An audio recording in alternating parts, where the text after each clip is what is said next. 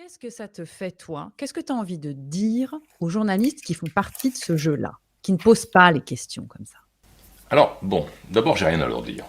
D'abord, la seule chose que j'ai à leur dire, c'est cherchez-vous, mais vite, un vrai métier, les gars.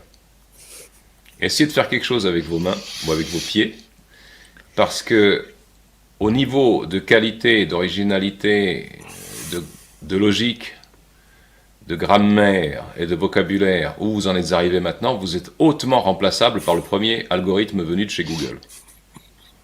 Personne n'y verra rien, sauf qu'il y aura moins de fautes d'orthographe. Donc, C'est pas faux. voilà. Donc là, c'est plus un métier, c'est ce que j'aurais recommandé en 1989 aux professeurs de marxisme en URSS, vous voyez. Il fallait se recycler très vite. D'ailleurs, beaucoup de marxistes, de professeurs de marxisme se sont très très bien recyclés après la perestroïka, après l'effondrement du RSS. Ils sont devenus soit hommes d'affaires libéraux, soit mafieux, soit enfin, les gens qui sont dans le système se débrouillent très bien pour y rester, même quand le système apparemment change de peau ou de drapeau. Parce qu'il y a des gens qui sont dans le flux et ceux qui sont hors du flux. En général, ceux qui sont dans le flux, pour rester dans le flux, ne doivent surtout pas réfléchir. Ceux qui sont hors de flux, parce qu'ils réfléchissent, n'arrivent pas à se mettre dans le flux. Et ça, c'est une position, je veux dire, c'est une structure comme ça, une position relative des divers caractères humains qui ne dépend pas du moment et de l'idéologie en place. C'est comme ça. Donc, forcément. Donc, ce sont des gens, moi je les ai vus, j'ai collaboré au temps de mes études à Lausanne. Tout de suite, j'avais collaboré au journal de l'université qui s'appelait l'Auditoire, où j'ai fait, mon Dieu, un passage qui était plutôt tonitruant. Mais on voyait très bien comment les gens se positionnaient, les futurs rédacteurs des grands médias, de la RTS et autres. Je les ai eus comme collègues d'études, et je voyais très bien qu'ils avaient un flair extraordinaire pour adopter la ligne qui leur éviterait de poser des questions, de se poser des questions et de poser des questions. C'est-à-dire qu'il suffirait de répéter l'opinion admise. Mais il fallait avoir un flair pour savoir quelle serait l'opinion admise demain. Il faut un certain talent pour ça. C'est un talent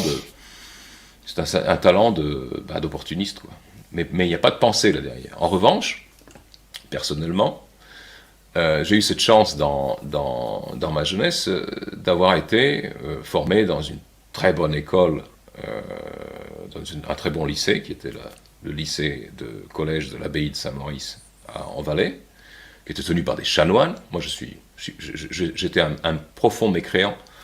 Mais enfin, les chanoines nous éduquaient à la philosophie, à la rhétorique et à la logique. Et si cette rhétorique, cette logique se retournait contre eux, ils étaient tout contents parce que ça voulait dire qu'ils nous avaient enseigné quelque chose.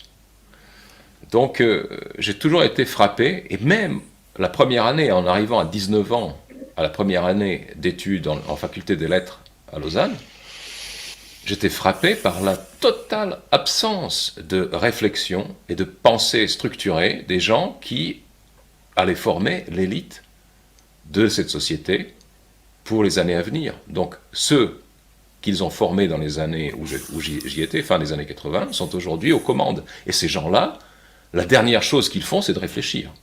Ils savent faire toutes sortes de choses, mais ils ne réfléchissent jamais. On a il y aurait beaucoup de choses à évoquer dans ce domaine. Je t'interromprai après, Vas-y. t'inquiète, vas-y.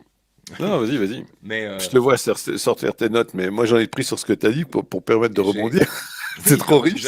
J'en avais pris sur toi parce que tu as mentionné tout au début, tu as mentionné les travaux d'Edouard Bernays.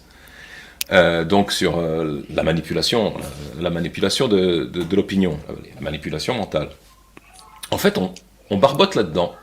Complètement depuis le début. Parce qu'à mesure que les générations de clercs, de dirigeants, d'apparatchiks désapprenaient à penser par leur propre tête, on avait dans des secteurs bien précis des gens qui, eux, apprenaient à penser la non-pensée. C'est-à-dire comment embrigader, orienter, polariser ces moutons pour aboutir à certaines fins. Je vous donne un exemple qui est tout à fait saisissant. il y a 2 semaines ou 3 semaines, dans l'Antipresse, j'ai donné mon interprétation. Parce que les vidéos, c'est la forme libre, n'est-ce pas? Tandis que dans l'écrit, j'essaie d'être structuré. Et donc, j'ai donné mon interprétation du phénomène psychologique, de psychologie collective, qui a permis la création de cette immense panique à partir de pas grand-chose, qu'est la covidéologie. Et